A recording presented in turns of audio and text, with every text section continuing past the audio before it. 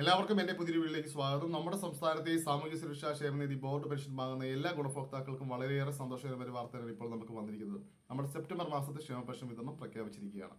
അപ്പോൾ 25-ാം തീയതി മുതൽ വിതരണം ആരംഭിക്കും എന്നുള്ളതാണ് സർക്കാരിന്റെ ഭാഗത്തുനിന്ന് ഇപ്പോൾ അറിയിപ്പ് വന്നിരിക്കുന്നത്. എന്നാൽ നമ്മൾ ഒരു 25, 27 ആ ഡേറ്റുകൾ മാത്രമേ പ്രതീക്ഷിക്കാവുള്ളൂ. നമുക്ക് എപ്പോഴും ഉണ്ടാകുന്ന അവസ്ഥകൾ നിങ്ങൾക്ക് അറിയാവുന്നതാണ്. അപ്പോൾ 25 എന്നൊരു ഡേറ്റ് മാത്രം ഓർത്തിരിക്കരുത്. എന്തായാലും 25 അല്ലെങ്കിൽ 27-നുള്ളിൽ തന്നെ നിങ്ങൾ സംസ്ഥാനത്തെ ക്ഷേമ പെൻഷൻ വിതരണം ആരംഭിക്കുന്നതാണ്. പിന്നീട് വരുന്നത് ശനിയും ഞായറും ഒക്കെയാണ്.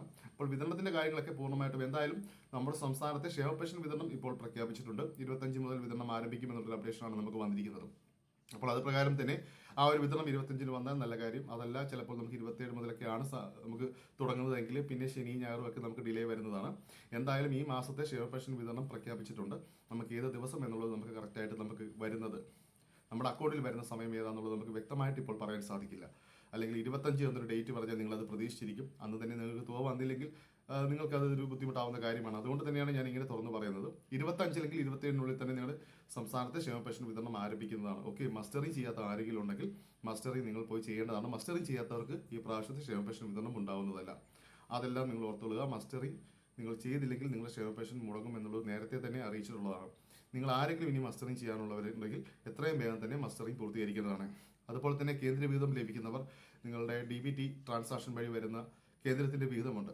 ആ കേന്ദ്ര വിഹിതം ഇപ്പോൾ PFMS-ൽ അപ്ഡേഷൻ നടക്കുന്നതുകൊണ്ട് ഒരുപക്ഷെ കുറച്ച് താമസങ്ങൾ നേരിടാം.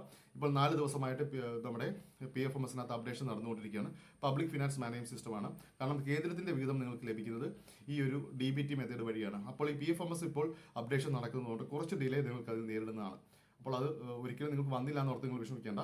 ആ തുക നിങ്ങൾക്ക് എത്തുന്നതാണ്. പക്ഷേ PFMS-ന്റെ ഒരു അപ്ഡേഷൻ ഇപ്പോൾ അവിടെ നടക്കുന്നതുകൊണ്ട് 3-4 ദിവസത്തേക്ക് PFMS നമുക്ക് ഇപ്പോൾ ഓപ്പൺ ആക്കാൻ സാധിക്കില്ല. അതുകൊണ്ട് മാത്രമായിരിക്കാം ആ ഒരു തുക കേന്ദ്രവിഹിതമായി നിങ്ങൾക്ക് ലഭിക്കുന്ന തുക നിങ്ങൾക്ക് ലഭിക്കാത്തത്.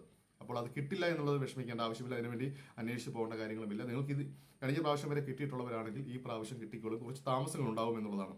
കാരണം ആ സൈറ്റിന്റെ അപ്ഡേഷൻ ഇപ്പോൾ നടക്കുന്നതുകൊണ്ടാണ് നിങ്ങൾക്ക് DBT ട്രാൻസാക്ഷനായി കേന്ദ്രവിഹിതം വരുന്നത് കുറച്ച് താമസം നേരിടുമെന്നുള്ളത് കേന്ദ്രം നേരത്തെ തന്നെ അവരുടെ വെബ്സൈറ്റിൽ അറിയിച്ചിട്ടുള്ളതാണ്.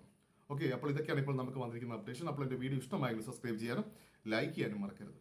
താങ്ക്